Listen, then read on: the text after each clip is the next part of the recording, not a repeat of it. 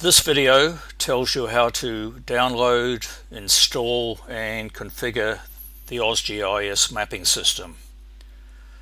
Now when you download, you'll get a manual which tells you how to do this, and this video is really a bit of a repeat of that.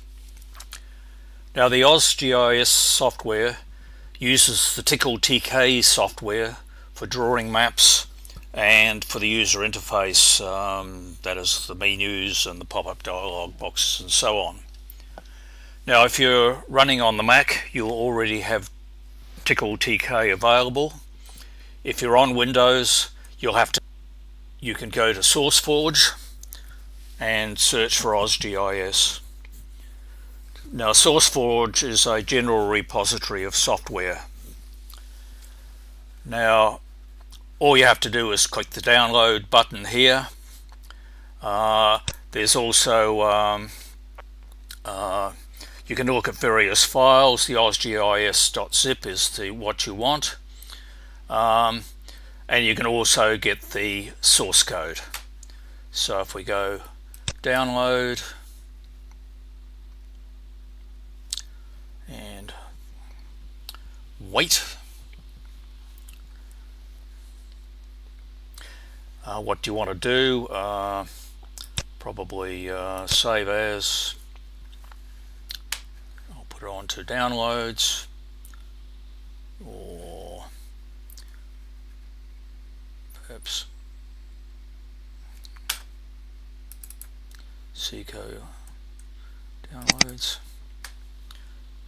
save, and away we go. Now if we have a look in the folder, what we have is, as you'd expect, the zip file. So we just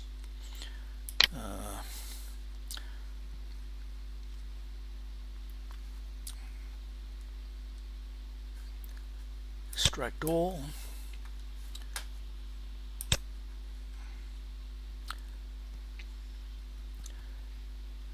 and we're extracting down.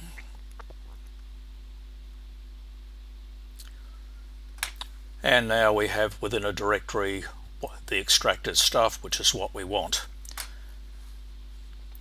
Now what you have here is the main directories. OzData has got test data in it. It's where you'll probably keep your data. The OzHome folder has got the software and documentation and various things, and this temporary file, that's a temporary folder that's used by the system. Now to install, there's an installation script for the Mac and one for Windows. So we're on Windows, all I have to do is click that, and usual stuff anyway, and there we go, and the software's up and running for you. And we've got within OzData, we've got some software here, so we can do Far East Asia map and Far East Asia, and away you go. Now on your desktop, you'll have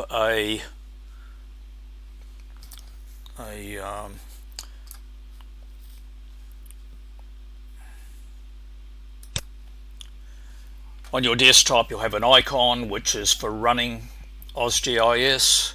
So if I move the icon across here, this is the one you'll get, and on the Mac you'll get a different one on your desktop, and just double click that and you'll get the usual thing again, run anyway, and away you go. And next time you can just click that icon and the software will run.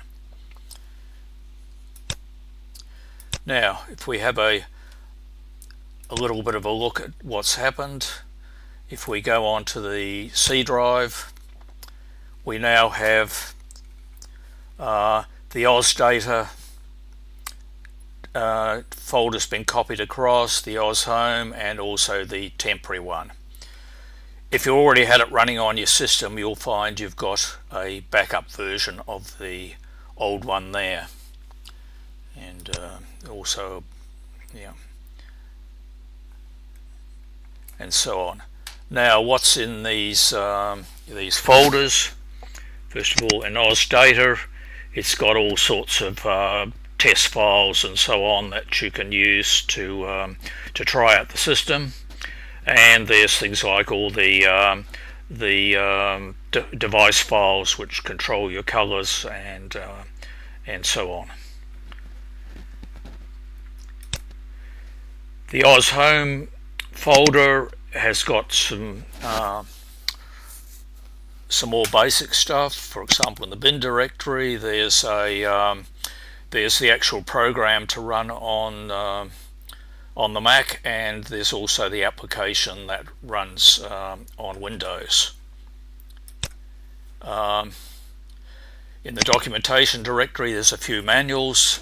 This is the installation thing, which describes how to do it, what we've just done.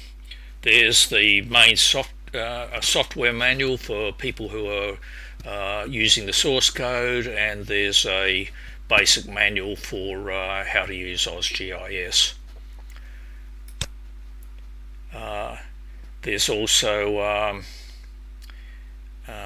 in Oz Home there's also a scripts directory, and in the scripts directory, these are the actual scripts the Mac run and the Win run OzGIS, which are this is the same as this. This is actually being copied across, so I can edit this if I want to. This is the one we're running now. If I edit that, this is the script that's run, and it sets up a few things like what operating system you're running on, where the home directory is, where the data directory is, where the temporary files. Now there's one almost exactly the same on the Mac, and the real things that's interesting is the screen height and the screen width. These control the actual size of the map drawing area on your system. So if you want to change it, and quite likely you want to make it bigger or something, you can edit this here, these values, save it, and then when you double click it, then you'll get a different screen size. Also in Oz Home, there is a configuration file, which is an initialization file, so we can edit this if you want to. And there's not a lot here that you'll generally want to change, but it does set things like the trace level. These are the messages that appear as you run the system. There's also a help level. Now, initially it's set to 1, which is everything. After a while you might get a bit annoyed about these little pop-up things telling you stuff, so you can come in here and change this to 0 and save it, and then when you run the system they won't appear. There's also a trace level. You can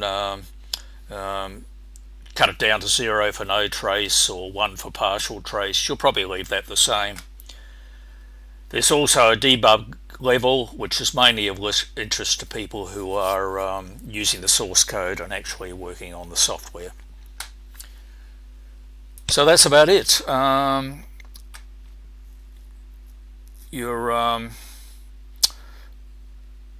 There's also a file here which is an OzGIS.out file, mainly used when you're debugging software, but if you produce a report from the system, it'll be written to this file.